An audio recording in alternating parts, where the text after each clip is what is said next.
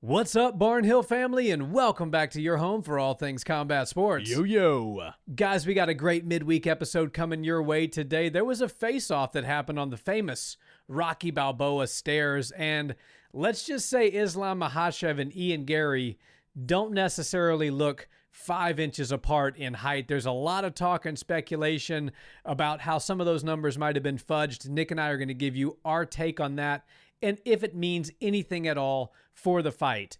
Arman Tsarukyan, everybody's favorite fighter these days, the guy who's competing every weekend, it seems, outside of the UFC, finally has a UFC fight, and it's against an unexpected opponent, Mauricio Ruffy, and 2 weeks after that, he's already got his next grappling match set up against Dillon Danis. We're going to give our thoughts on that, immediate reaction to the matchmaking on both sides and what it means for title implications for the UFC. And then we'll wrap today discussing Dana White Contender Series Week 1 because there was some really good high-level fighters on display, a lot of first-round knockouts, and one robbery. We're going to talk about that as well. Everything below in the timestamps, if there's a particular thing you're most interested in hearing about, you'll know where to find it. But Nick, I think it's Islam Makhachev, Ian Garry fight week, so we have to start with the champ and the challenger news, right? Yeah. So these guys, Ian Garry is listed as 6'3". Islam Makhachev is listed at 5'10". Now, I've seen some pictures surface of Ian Garry's shoes. It may have been like he was wearing like shoes with very little sole to them, or, like no platform, whatever. Maybe Islam was wearing shoes that made him a little bit taller, but maybe not the same shoes Henry Cejudo used to wear. Remember how he's not rocking the platforms, the Cejudo platforms, but not enough to make up a 5-inch gap, right? Yeah. Okay, maybe Islam's got shoes that are a little bit taller. Ian's got shoes that make him a little bit shorter, but they looked about an inch to an inch and a half apart in height, which kind of brings into question a lot of things because everybody was saying that Ian Garry is going to be the most difficult opponent for Islam Makhachev, not because he knocks people out, not because he possesses that game-changing power just with one shot, but simply because he's a different body frame. He's so much taller than everybody Islam's fought. Right. And I went back and I looked at the Moicano face-off. Now, Moicano and Islam were more like on the same height, and Ian does appear to be about an inch to an inch and a half taller, but in reality, it doesn't seem as stark as what everybody was making it out to be. And then you start to think about the reach. It shows a 4-inch reach advantage for Ian. Well, if we know there's supposed to be a 5-inch height advantage, and that's not true, does it call into question the reach advantage? And the bigger overarching question, which hopefully you'll answer for us, is, does any of that matter? Quick break in the action, guys, to thank today's sponsor, Kalshi, the predictions markets where you can trade on real-world events, including MMA fights. And what Nick and I love most about Kalshi is that the lines move based on what you guys, the fans and the experts, think is going to happen, and they're not affected by online bookies. And as a special thank you to the Barnhill Brothers listeners, Kalshi is giving you $20 to predict with once you download the app, use the promo code Barnhill, and deposit $20 of your own. So if you think you know MMA ball, stop talking about it and put a little skin in the game with Kalshi. Thanks so much to them for being today's sponsor. Back to the video. Yeah, so it's interesting because I was expecting there to be a bit more disparity in their height difference. And we all know at this point, the tail of the tapes are incorrect. Sometimes fighters give themselves a couple of grace inches, but then we have guys in the heavyweight division, Alexander Volkov, for example, who I believe is 6'9", but they mark it as 6'7". And I think that just dates back to his early days prior to the UFC when it was hard for him to get matchups. You see a guy 260 pounds and 6'9". Most people are just going to say no off of those two stats alone. So I don't really know, is Islam really 5'10"? Is Ian really 6'3"? I've only been in the same room with one of them, and that's Ian Garry, and he was very tall, but I'm 5'8", so he did tower over me. Everybody's tall for us, in fairness, yeah. Exactly. So he was a tall guy, and it's not like he, stands extra, straight up with great posture, and I certainly didn't see any platform shoes on him that day or at the face-off with Islam. But it does make me think a little bit that the odds are sort of, right on the money and may even go up more in Islam's favor after this first face-off. You know, that's sort of why the UFC and boxing and everybody that does combat sports got into facing fighters off. The day before the fights, we have the weigh-ins, but now we've gotten into ceremonial weigh-ins and we've gotten into press conferences where we want to see more face-offs. Photo ops, like a landmark, like the stairs there in Philadelphia. Yeah, that sort of stuff is fun. It's good for the moments that the UFC can get and go viral and shine up the city that they're in. But at the same time, it's more for the fans to see the body language, right? See how conditioned a guy looks. Is his six-pack really defined, or is he looking a little bit softer than the last time we saw him out? And, you know, who breaks eye contact first? All these things do sort of matter to us, even if it's subconscious. And I think that Islam came into that face-off wearing regular shoes. Ian looked like he was wearing regular shoes, and they were really close to the same height. I'd say 2.5 inches is probably the max difference in their height. And that does change things because Islam's got relatively long arms, and Ian, oddly enough, has T-Rex arms. They're kind of short for his long body. So it's going to be interesting to see how he closes distance, or better yet, keeps Islam away from him. But I don't really think that Ian's the kind of guy that exclusively uses his arms to, you know, find his ways to attack his opponent. He's really good with his legs. His footwork is very high level. So it's a combination of bringing those punches in with a 6-foot+ frame and you having good footwork and being, you know, laterally, you know, pretty high level and just good with your ins and outs. Using that oblique kick, which he did say in an interview with Full Send MMA that the gentleman there asked him over or under spamming 20 oblique kicks in the fight, and he took the over. Yeah. So we have at least, unless he's just kind of, you know, trying to throw Islam off the mark, thinking that his camp may see that, we can expect, if Ian is true to his word,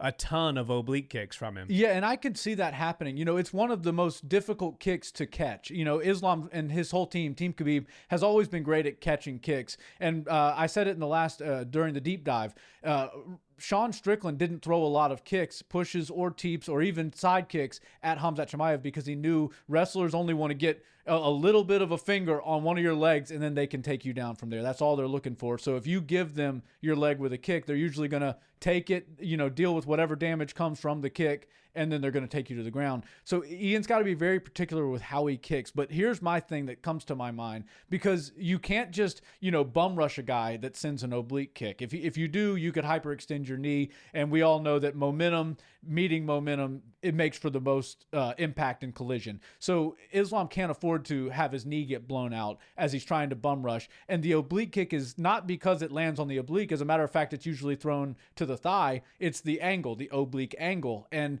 you know, Ian Garry probably wears, what, a size 12, size 13. So when you're throwing it at a sideways or oblique angle, it's going to be much bigger surface area to land, which gives him a better chance, a more high percentage chance to land that somewhere on Islam's leg. And even if it doesn't land flush, it's enough to basically keep the leg where it is and halt whatever forward motion Islam has coming forward. So I think that's an interesting one. But what my brain goes to as far as trying to figure out what a guy's going to do and how to, you know, pick up what's going to happen, I don't know exactly what Team Khabib is going to do to negate that or, you know, deal with the spamming of it. Obviously, they're really good at collecting data and they know, okay, this guy does this really well. We learned it from studying tape. How should we get beyond it? You know, should we try to stand in a more bladed stance, or should we get more square, or should we try to check those? Like, there's a bunch of different ways you could skin that cat, but I more look at it from the Ian Garry aspect. Is Ian Garry going to look at it from a opportunity for him to send that actually up? And not just to the body, but straight to the face. Now, I know it's not a common thing, and we usually see the stomp kicks. The oblique kicks are like a stomp. We usually see it with the lead leg, right? A lot of people love to push it down on the lead leg, especially in the open stance. You know, your lead leg is near mine, so I'm going to push it there to make sure you can't come forward at all. But he likes to throw it with his back leg. So, yes, he does sort of stand in a compromised position for the time being, but if Islam is expecting them to always go low, he may still look to try to grab one of them. And if Ian's able to, you know, you get enough opening in his hips to send that leg high, we could see that actually go from being an oblique kick that touches the thigh to a more of a push kick that goes either to the sternum or even up to the head, which it sounds crazy, but it actually could happen. Yeah, it's very possible. And, you know, the other thing is Islam fights out of southpaw pretty much exclusively. And when you watch Ian, when I went back and tape studied before we did our deep dive video on this particular fight and made our predictions,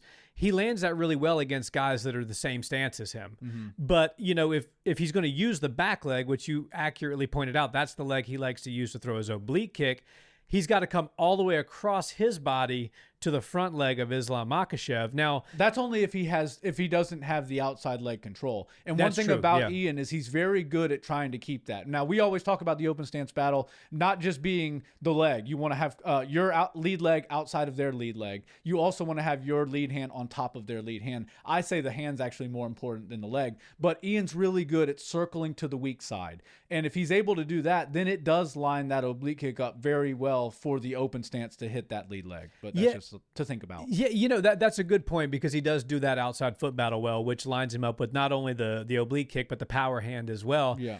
You know, I come back to Khabib's camp and, you know, Islam and Abdul Manap and everybody that was involved, or, you know, Abdul Manap, unfortunately, no longer with us, but now Khabib taking the reins. Like, they were looking for solutions in MMA to problems that nobody had a solution for, hence the Dagestani handcuff, the leg tie, how they use the cage to get people down. So, you know, a lot of people who are thinking that Ian is going to have a pretty good chance in this fight are saying that the oblique kick is going to be a major factor. And when I think about, you know, the camp that Islam's coming from and how they've literally taken nothing and made something out of it in the form of devising a system and a game plan for certain things that didn't exist in the sport before they came around. The oblique kick to me is like, okay, it's not like, oh, that was the way you beat Islam Makhachev. You just got to oblique kick him. Like, they clearly have had specialist kickboxers brought into camp. Khabib has watched Islam spar with long, tall, rangy kickboxers that can throw that kick well. And my feeling is that they have devised a way around the oblique kick because you're not the number one pound for pound fighter in the world. You're not going to come into a fight and one shot just is like so confusing for you that you're totally thrown off your game plan. I'm personally not expecting the oblique kick to be as big of a factor as many people are expecting it to be. I think it is a big factor if he can land it, you know, and it's one of those situations where it's risky to try to grab that because one thing we see out of Ian Garry is he's really good at throwing kicks and also finishing those combinations with his hands. It's kind of a difficult thing to do, right? You have to have this certain twist and hip mobility, but he's pretty good at it. Whether you're throwing a kick and then putting the 1-2 on him, or you're throwing a 1-2 and then doubling up on the power side and throwing the kick right behind it. He's really good at that. And Islam, you know, may increase his hesitancy to close distance if he does get touched by those because, you know, the rule with oblique kicks and really push kicks of any kind, stomp kicks to the leg, that's the one sort of attack that people have been like, it's totally fair and legal and it doesn't land in like the back of the head. It's not an eye poke. It's not anything illegal, but maybe we should consider it to be illegal because that can truly end somebody's fight career. As a matter of fact, it has ended people's fight careers before. Wonder Boy said that many times. He's like, I think the oblique kick should be outlawed. And that's coming from somebody who kicks a hell of a lot. Who would benefit greatly from throwing it. You know, he doesn't throw it that often, but it's sort of like a gentleman's rule. If you start throwing the stomp kicks to my leg, I'm going to start throwing them to yours. And it can get really messy there right after. The thing about the oblique kick and the way I want to see how Islam and Team Khabib deal with it is if you get more bladed, it actually gets worse for you. So if you get in more of a boxing style stance, now they're landing that stomp on the side of your leg and there's less meat on the side of your thigh than on the front, right? If it's going to land, you'd probably rather it land straight forward, but then you're running into the risk of hyperextending your knee, but that's probably better than getting your leg caved in the way your knee does not bend at all. Yeah, you don't want it to bend backwards. Yeah, sideways. And so it's going to be interesting to see how they deal with it. I don't expect that Ian Garry's going to spam it 20 times. I think that was a little bit of trolling. And as we've seen, he's kind of trolling at least half of the stuff that he's been saying these days. So I don't know how he's going to attack it, but he is crafty. He times it really well, and he throws it with 100% intent to hurt his opponent every time he does throw it. the best way I would see Islam being able to basically get him to stop throwing it is to land a clean takedown off of it. Maybe, he tries to throw it to see if it's there and he misses because of range. And if that's the case, you've got Ian Garry no longer balanced and his foundation is messed up for the time being. If you can blast double or if you can just close in on him very quickly, that may get him to go, okay, maybe that kick is off. Maybe I'm not calibrated to land it perfectly, or maybe the range is a little bit off and I can't quite get to the angle that I need. But Islam Makhachev also knows how to deal with it. And one way I've dealt with it for years in sparring, which, by the way, if your teammates are throwing it, it does piss you off a little bit, right? Yeah, like, you think? We're sparring and you're going to start to push stomp kicks down on my leg. But what you do is you just put a little bit more cushion into your knees. You bend your legs a little bit more, sit down a little bit more. Now, it does exhaust your legs to be in a more flexed position for a longer period of time. And I don't expect Islam to be like crouched. It's not going to make it that drastic. But if you bend your legs enough, the angle of hyperextending your knee kind of goes away. And then it almost works as like I always try to see it as like, remember like Ninja Warrior or MXC when they have those sideways doors, or not doors, but like walls where people run and they bounce off like that. If you bend it enough and somebody goes to step on it, it's almost like they can step off of it. Now, I wouldn't worry about Ian Garry stepping off of your lead leg off a push kick and then throwing his other leg. But guys like Rafael Alves, my old teammate that used to train with us, he's done that to me. Literally shows you the stomp, and then when you go to like brace for it, and now you've got a steady structure for him to jump off of, he does it and then throws the back kick, and you're not expecting that. So I don't see Ian doing that, but that is just something to chew on. Well, not to get off topic, but I saw a video of Rafael Alves absolutely terrorizing people at the Goat Shed, his new gym. And that's nothing new. Nothing new. I guess everybody in Florida is finding out what we all knew in Houston, that this guy is an absolute animal. He's one of those people that when you watch him, you're like, how in the world is this guy not the champion of the UFC? I guess sometimes some things just don't translate, but I've seen that guy work many a good fighter. But to put a bow on the height situation, because that's kind of, we got into the oblique kick because we're talking about range and range management. Now, do you think, seeing now, as I think we can all agree there's not a 5-inch height difference between these two, whether there's a shoe gate or whatever we're going to call it. There's not 5 inches. Maybe there's 2. Maybe there's 2.5 at the absolute most. Does that change your opinion on any perceived advantage? Like, where would you put that? Let's say, 10 being absolutely changes the fight to 1 being it's a nothing burger. Yeah, so I think that Ian Garry probably has his best chance to win this fight in round 1. But then again, he's not a finisher. So my prediction from the very beginning, whenever they announced this fight, was Ian's probably going to do really well in the first round. He might not win it, but that'll be his best round for sure. And then if it goes to decision, 49-46 for Islam Makhachev, because I don't think after 5 minutes, Ian's going to have much for Islam. And if there's a finish, it's going to come at the hands of Islam Makhachev, whether that's TKO, submission, I don't know. I think Islam has way more paths to victory, but the first round does make it interesting because Ian's fast for the division. He is long for the division, and it's not just his hands that, get the job done for when he's striking from long range. It's his footwork. He's got long legs. He might have short arms, but he's got long legs and he knows how to send them up, but his footwork is actually really good. So I think the first round is going to be the one to watch to see what Ian's going to do, but I also think Ian's going to show a lot of his cards in round 1. I think whatever he's got, he's going to present to us at the very beginning of this fight, because when you're dealing with two fighters who kind of general consensus are decision winners, like Islam, of course, had his run of being a high-level finisher, but he's kind of a decision fighter. I think he's finished. I think it's like 8 finishes in the last. I forget the statistic. Yeah. I don't have it in front of me, but suffice it to say, Islam is finishing at a way higher clip than Ian Garry over the last couple of years. For sure. And he still doesn't have a finish win at 170, but it's only because he had one fight. And he was very comfortable with just controlling Jack Della Maddalena. So I want to see what Ian does, but I'm sure he's going to show us pretty much everything that he's got in his arsenal that he brought to Philadelphia to use against Islam in the first 5 minutes. And that's just data you're just handing over to Team Khabib. And we always talk about that corner, right? It's probably going to be Khabib, Javier Mendez, Usman or Magomedov, because Islam was in his corner at PFL, and then maybe Umar, right? That's kind of like the top 4 that they usually go with. So that's a tough crowd. And if you're showing them all your cards and you're letting them collect data, on top of that, Islam Makhachev, the pound for pound #1 fighter in the world, is in the cage with you collecting that same data. They're going to devise a game plan to either get rid of your oblique kicks, get rid of how you're utilizing range to stay at bay, or whatever it is that you're going to do. But Ian Garry for sure has his back against the wall in this situation, and Islam Makhachev needs a little bit of patience, and I think that he's going to show patience in round 1. That's why I predict for you that we get at least a handful of takedowns from Islam.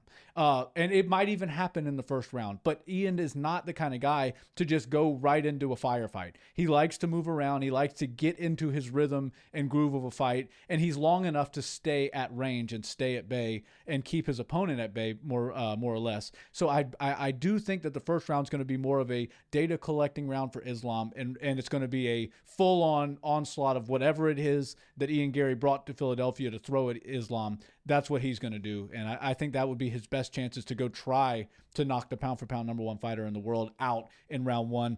But he's a decision guy at the end of the day, and I don't see that happening. Yeah, a finish I don't see happening at all for Ian. No. And you know, to round it back to the height thing, I do think it makes a difference if you were buying into the whole notion of this guy being so much taller than Islam, so much bigger. He's a little bit taller. He's not 5 inches taller, and I don't know that he's bigger. You know, when I'm looking at these two body frames standing next to each other, Islam looks a lot thicker than Ian. So the whole argument that, okay, yes, Islam's probably the more skilled fighter all around. He's potentially, you know, and many people think that he's the #1 pound for pound fighter in the world, but he's got a challenge of somebody who's, what do they say when you have a guy who's just so dominant? Well, maybe if somebody was, similarly skilled, maybe not as skilled, but way bigger, they could give him a test. And so everybody was kind of going with this narrative like, okay, 5 inches taller, a natural weight class heavier. We know he's not 5 inches taller. He damn sure doesn't look heavier. They're both going to weigh in at 170 on the dot for championship weight. I think that matters. I really do think it actually makes a difference in this fight. And, you know, the whole narrative that was painted for many months leading up to this, that Islam was going to have a challenge because of the size of his opponent, I don't see it. Yeah, Islam Makhachev has proven to us that as of late, he is the most difficult fighter to pull, to pull from the deck and have to face in the UFC. He can beat you regardless of your stature, your height, your weight, whatever it is. He's clearly the pound for pound best fighter in the world right now. But what I want to say is Ian Garry being taller might actually wind up being a disadvantage, because if you look back over the past few years, and it's been nothing but wins for Islam Makhachev, but the toughest fight came at the hands of Alexander Volkanovski, part 1.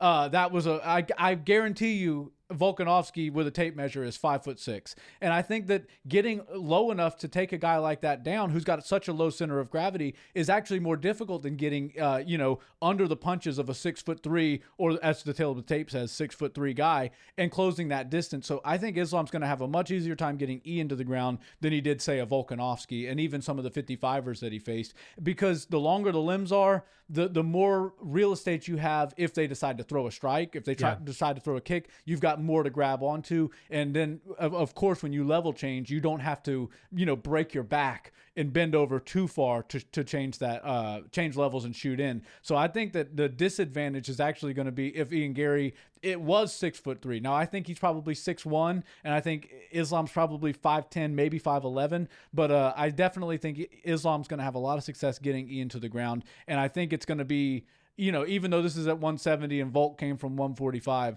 I bet you the Volk first fight with Islam Makhachev is a much more competitive fight than what we're going to see this weekend in Philly. Yeah, I totally agree with that. So let's move now into Arman Tsarukyan. We were waiting for some fight announcements for him, and we got 2 of them, right? And 2 high-profile fights and 2 very different fights. One kind of more surprising than the other. We always thought that RAF would book him and Dillon Danis. That's, RAF is building their name as a promotion, and the biggest star that they have is Arman, and one of the most polarizing figures in combat sports is Dillon. So makes sense to put those 2 guys together. For sure. We're talking about wrestling here, so it should be very stylistically favorable for Arman. But the more surprising one was Mauricio Ruffy versus Tsarukyan. Now that's going to be the co-main event in LA, UFC 331.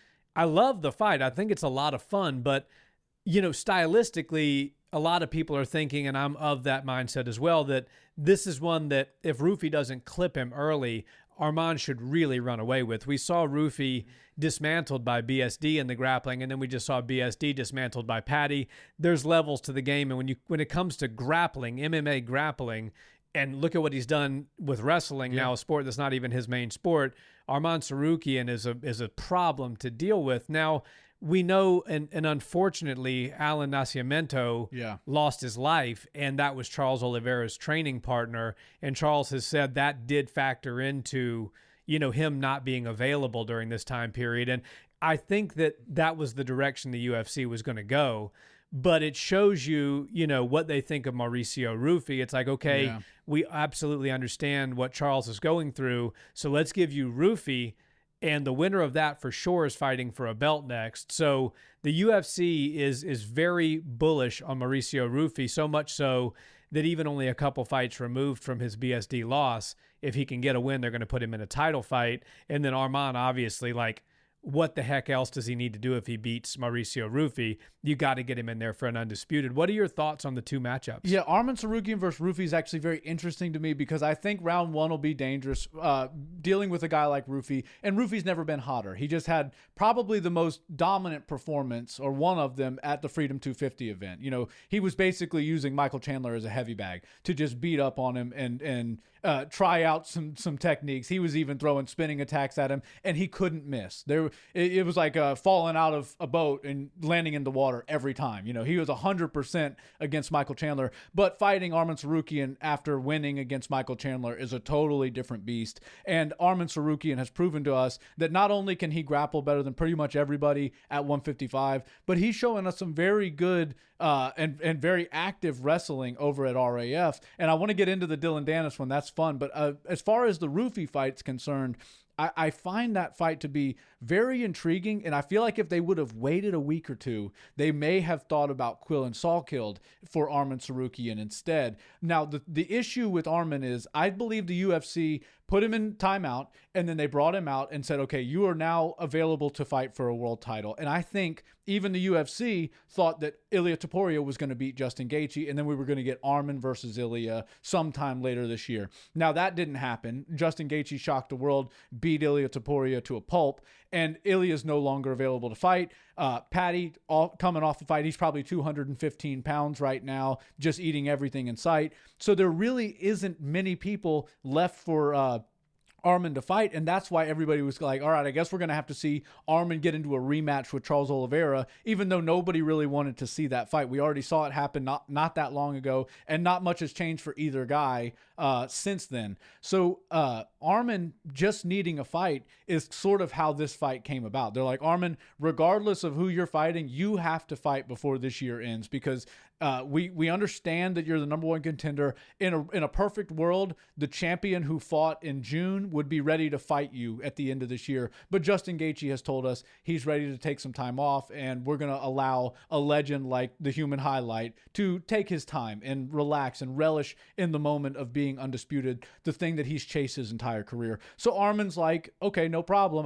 I've competed 12 times since my last fight with Dan Hooker, and I'm just down to stay active. Like, we understand now that Arman isn't the kind of guy who's just going to pull out of fights. It happened with the Islam Makhachev thing. He sat in timeout for long enough. Now he's back, and he's shown us a lot of activity. Another indication is that he's booked to wrestle Dillon Danis like a week and a half or 2 weeks after the UFC fight with Ruffy. So I think Arman Tsarukyan really does have to win this fight, and then he's even more stapled himself as the number one contender. But 55 is in a weird place, right? We've got Ilia Topuria, who's a megastar. Paddy the Baddy, who's a megastar. Justin Gaethje is as big a star as he's ever been, and he wants to take some time off. So then you have to look outside of those top three, which that's kind of the top three, and then you look at Arman Tsarukyan, and then they're like, okay, well, Charles is right there, and we saw them fight, but a lot of people kind of wanted to see it in a 5-round environment. Maybe we'll do that. Of course, Alan Nascimento passed away, so Charles said he's going to pull himself out of his fight. And then you just literally bounce one more step back in the rankings. You bump into Mauricio Ruffy, one of the most electric strikers in the division. And that is, as far as lightweight's concerned, that is the striker versus grappler to the highest level. Now, Ruffy is somewhat, decent on the ground. I wouldn't say not against the highest level though. That like he gets kind of dismantled by the highest level on the ground. Sure. But we have seen some cool techniques out of him, right? Like that time where he jumped into like a leg lock situation. Yeah. And so I get that he's competent, but he's not Arman Tsarukyan. And Arman Tsarukyan is great on the feet. He loves an axe kick, which we don't see very often, but he's very flexible and able to do it. But his bread and butter is most certainly taking fighters like Ruffy to the ground and beating them up or submitting them. So this is like a grappler versus striker for the modern era, and I can't wait to see it happen. I would assume Arman Tsarukyan's going to get his hand raised. Obviously, we'll do a deep dive and all that stuff leading up to the fight as it gets closer, but I can't wait to break it down from a technical side of things, but I do think Ruffy's, bit off more than he can chew for that. Yeah, more than likely so. And, the one thing about Arman Tsarukyan is, like, no doubt about it, a year ago, and you said we can't let this year pass without him fighting. Right. He's in the prime of his career. But more than that, 155 is as hot as it's ever been right now. And so when he beat Dan Hooker, was he the number one contender? Yeah, he was. But, time goes on. Mm-hmm. The train keeps rolling down the track. Right. And there's a lot of good fighters on that train. Quillen Sawkilled just dismantled Matus Gamrot in the first round. Right. Mauricio Ruffy did have a phenomenal win at UFC 250, Freedom 250. And just to make an even more drastic point to your point is Paddy the Baddy was not the number one contender. He fought for an interim title. A lot of people didn't think he deserved that, but then he came back, fully redeemed himself on the Conor McGregor 329 card and inserted himself as a top contender again. So what a difference a day can make, right, in the division. So if you're out for an entire year, a guy can literally lose a fight and then come back 6 months later, win a fight, and then jump you in line again. So, if it weren't for Justin Gaethje saying, I'm not doing rematches with Ilya or Paddy the Baddy, I want somebody new, somebody different, or a mega fight, then Paddy the Baddy would likely, with his star power and the epic performance that he had at 329, would jump Arman Tsarukyan. Yeah, and, so like since Arman won, Paddy had a spectacular win against BSD. Ruffy had a spectacular win at the White House lawn. Charles dominated Max. Yep. Max got a win. Say what you will about the win, but Max got it. So there's a lot of people that, are moving. Quillen Sawkilled. Now, Quillen's not ready for a title fight yet, but, and I think there's no need to rush Quillen. He's only 26 years old. But for Arman Tsarukyan, he needed another big marquee matchup, and he needs another big win, preferably a finish.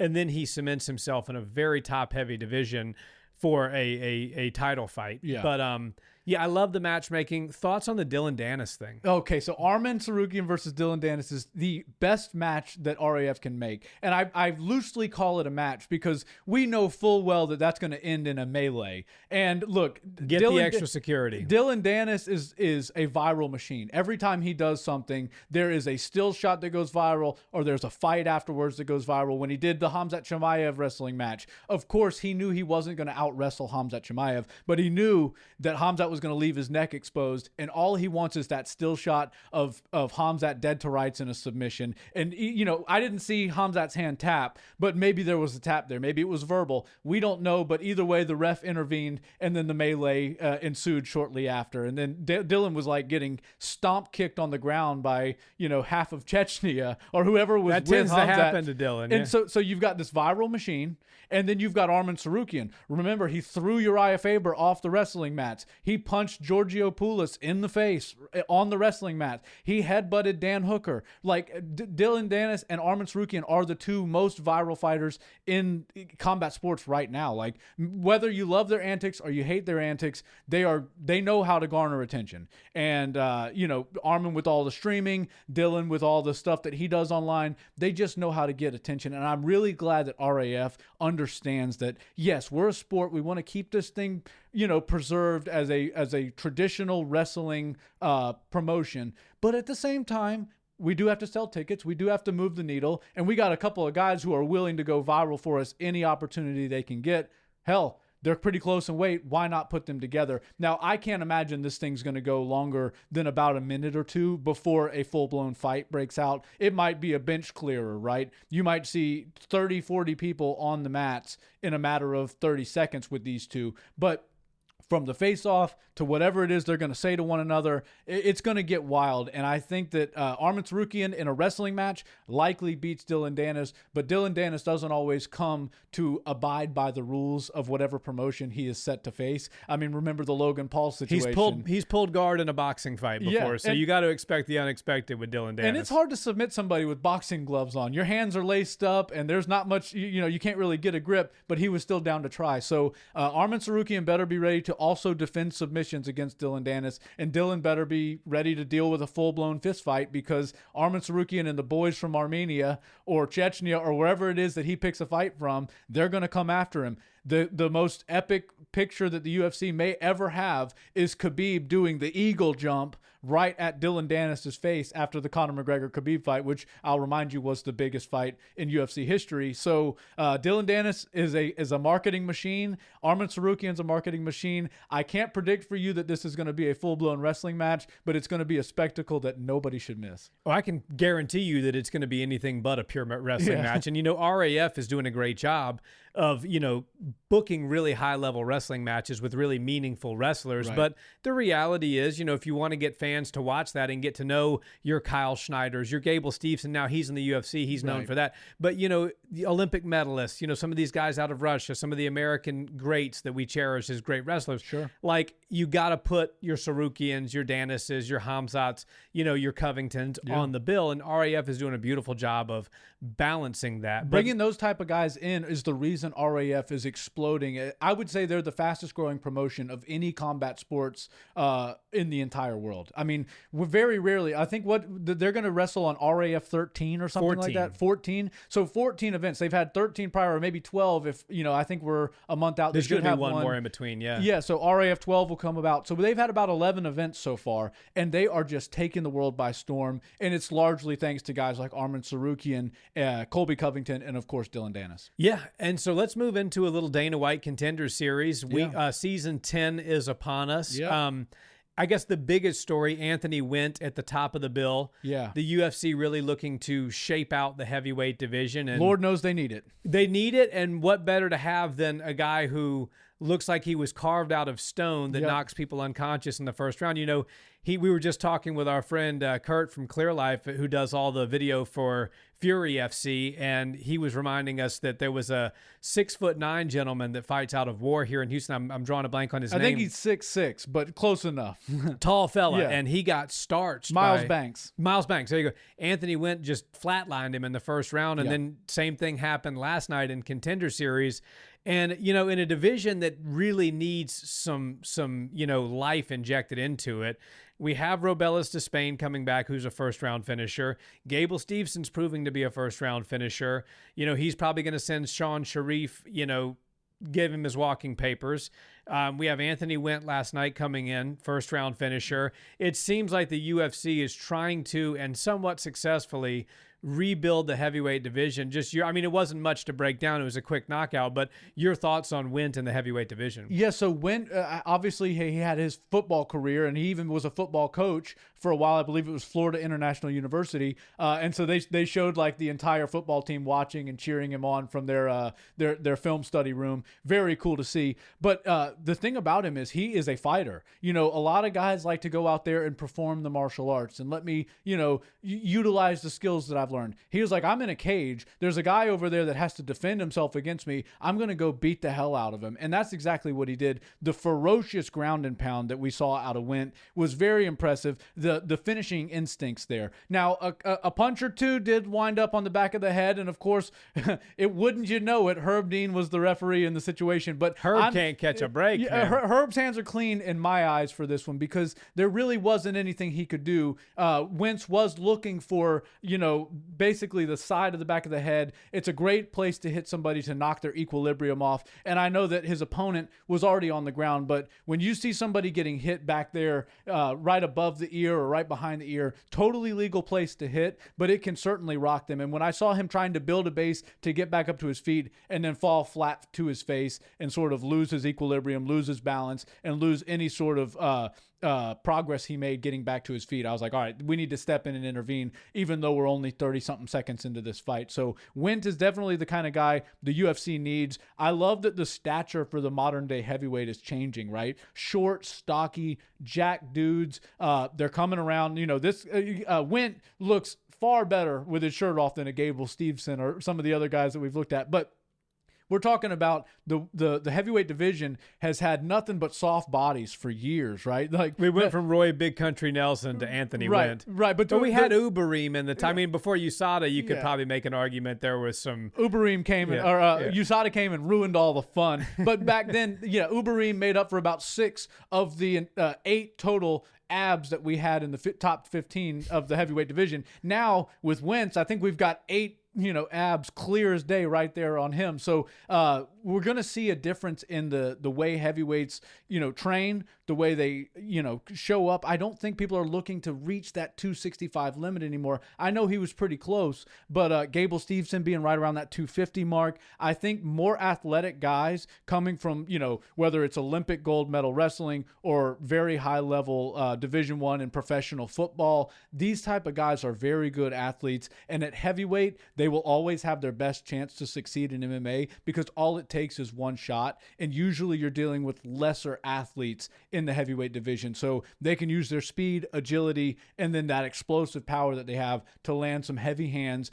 All it takes, the amount of pressure to knock somebody out isn't that much. You can, we see knockouts even from guys at 125 pounds, 135 pounds. So, of course, the 250 plus guys can find their knockouts. But I think these athletes are going to be a real problem for the guys that didn't come from a different sports athletic background in the heavyweight division. Yeah, I mean, if you think about the history of the heavyweight division, your best of all time, Cain Velasquez, even Fedor, Stipe. I don't remember exactly what John weighed when he beat Cyril, but it's 248, kind of in that 240 to 250 range. So that is, to your point, the big boys. Now you have your Cyril Gans that are an exception, that are 260, that can move like that. But you mentioned power. You don't need to be at the top of heavyweight to have power, and Bilal Hassan proved that last night at flyweight. Also getting a first round finish of his own, hitting a Michael Jackson moonwalk in the cage. This kid's undefeated now, made quick work of his opponent last night.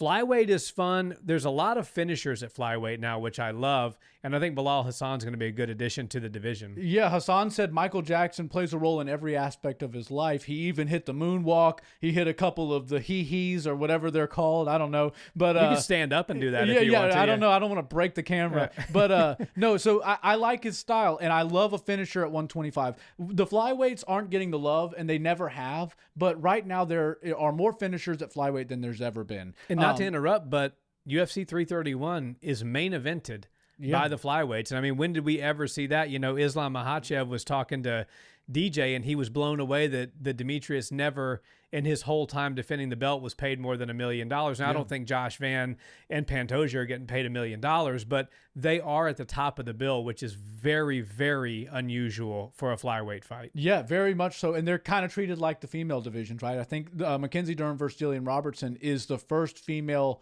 title fight headline in 18 months. So it's been quite some time. It's a co-main event still. Yeah, and it's a co-main event. But I still put those up there in the upper echelon. But yeah, the 125 division needs more guys like Hassan. They need the Manel Kops. We need all these finishers that we're getting. Tamirov, he looked pretty damn good the other day against Steve Erceg. Those type of guys are going to make that division very fun. And then what the not-so-casual fans of MMA understand is 125 usually has the most skills on display, and they're always the fastest guys because they're small, and they can move around very quick. It's almost, jarring to watch two really fast flyweights. It's like bumblebees just flying around the cage, but it's very fun, very technical, and I think Hassan's a very technical guy, so I can't wait to see what he does. He clearly has the performative aspect on his mind, so not only can he do it with his striking and his punches and his kicks and his grappling, whatever he needs to do as far as the technical side of fighting is concerned, he's got that down, but he's also paying attention to the promotional side of things, hitting the Michael Jackson. Michael Jackson's the biggest star period of any genre of any type of thing in life. Like, there's nobody that's ever been bigger of a star than Michael Jackson. So if you can take that, there's your viral moments, there's your things that the UFC can use with their promotion leading up to your next fight. I think it's a home run for him. I didn't hear his walkout song. Hopefully it's something from Michael Jackson. Maybe Beat It. Something like that could work for him. Smooth Criminal. I always wonder why Smooth Benson Henderson didn't walk out to that. But opportunity miss. Yeah, and Fabricio Escarguera, forgive me if I'm mispronouncing his name. Oh yeah. And Abe Alishguer, I believe is how you pronounce the victor's name here. Yeah. Now, that was kind of the robbery of the night, right? And it's unfortunate because Abe did not get granted a contract and Dana didn't pull any punches. He said, I actually don't think you won the fight. Right. I don't control the judging. And it sucks for Abe, right? He got his hand raised. He was hoping to get a contract. But in reality, we all saw that and, thought that Fabrizio ran away with that fight. Now, Dana does say on Contender Series, we're looking for finishes. And so could Fabrizio push on the gas a little bit harder to finish? Maybe. But it's unfortunate, one, because the winner's got to sit there while 4 other guys go get a UFC contract. He was the lone one that didn't. Right. But then the loser should have been up on that panel. Maybe he would have been given a contract, and now he's back to the regional circuit. And as you said, if you get robbed in the UFC, at least you're still in the UFC. Sometimes people like our friend Hyeni, Colton England's wife, she's 1-2 in the UFC, but she really should be 3-0. And Mick Maynard and the matchmaker said, look, we don't look at your losses like losses. We look at them like you were robbed. So she's still in the organization. She's got a contract, but this guy's fighting for a chance to be in the organization. Right. So the UFC looks at it a little bit differently when you're on the outside knocking on the door to get in, as opposed to if you're already in. So tough night for Fabricio Escarguera, who showed up and did a good job, won the fight 30-27 in my eyes, but unfortunately got screwed. Yeah, that was interesting to see. And I love that Dana is just brutally honest with these guys. And again, he's not breaking news by telling people, I'm looking for finishes. And that fight didn't end in a finish. It was a decision. So likely neither guy would have gotten a contract, especially when you're on a card full of crazy finishes, right? Then you kind of have to meet the expectations of the night. And neither of them did. They didn't get their opponent out of there. Sometimes you can get a contract off of a great 3-round fight that goes the distance. Yadier Del Valle, he just fought this past weekend. His Contender Series fight was bananas. He fought this Brazilian guy. I can't remember for the life of me his name, but the guy must be made out of granite because Yadi hit him with everything and then some, and the guy was somehow still standing. But Yadi did more than enough to get himself the contract, and now we're off to the races. But it does sort of suck when the judges get things wrong like that. And I totally agree with you. The UFC will give you a little bit of grace if you're a UFC signed fighter and you lose a fight, but the brass thinks that the judging got it wrong. They will sort of let you, live to fight another day, so to speak. But in the Contender Series, you really are on the cusp of being a UFC fighter, or you are falling back to the regional scene. And it sucks when they get the results wrong. I had it the same way you did. I didn't think he won the fight, but I thought it was competitive enough. And maybe neither guy did enough to win the fight, but I certainly think that if there's any sort of case to be made for AI judging, we brought the AI rankings in and the meta apex. So I understand they're sort of implementing this modern era of AI getting involved with every aspect of our lives into the UFC. And I'm not one for saying we need AI judging, but I bet you if they are going to start implementing that in some way, shape, or form, that my suggestion would be to start it with the Contender Series, because at the end of the day, those guys do need as fair of a shake as possible, because the expectations for Contender Series are not you need to go win. You need to go win emphatically. You need to go get a knockout. And by the way, we're trying to find the toughest matchups possible throughout the entire world for this. So we get banger fights. We get the best of the best out there that aren't currently signed to us. And it's unfortunate to see guys not get that opportunity. I'm not saying AI judging should take over, but I'm saying if they do start to look at that as an option, maybe Contender Series is the place for a AI super objective style of judging. Well, Dana said AI is the future and they're embracing it. So I think that's a perfect note to end it on today. And the promo for Freedom 250, and I'm pretty sure all the promos that we're seeing these days have a lot to do with AI being at the helm of creating them. So I think that there's more to that than we might even know. But yeah, Contender Series was pretty good. Started with a bang. We only got 10 weeks of it, so we got to enjoy it while it's here. But yeah, that was quite a way to start it. Let's go. Guys, thanks so much for watching this video. I will see you on Thursday with Moneyball MMA. We're predicting every fight, starting with the Oral By fight all the way to Garry versus Makhachev and everything in between. That's a live stream that takes place on Thursday evenings. I think we're switching the time to 8 p.m. Central. I will have to double check, but I will post it on YouTube so you'll see it as an upcoming live stream so you'll know what time it's going to be, either 7 or 8 p.m. Central. And then, of course, Saturday night, buckle up because we got a lot of content for you. Nick and I are going to be live for the main card, and then we will do an immediate post-fight reaction, give our thoughts to 330, the winners, the losers, whatever shooks out, we will be reacting to it. And then Sunday, we will be sitting down for our full signature Barnhill Brothers recap. So long week of content ahead. Buckle up, ladies and gentlemen. It's going to be a fun one, and we'll see you in the next one. Peace.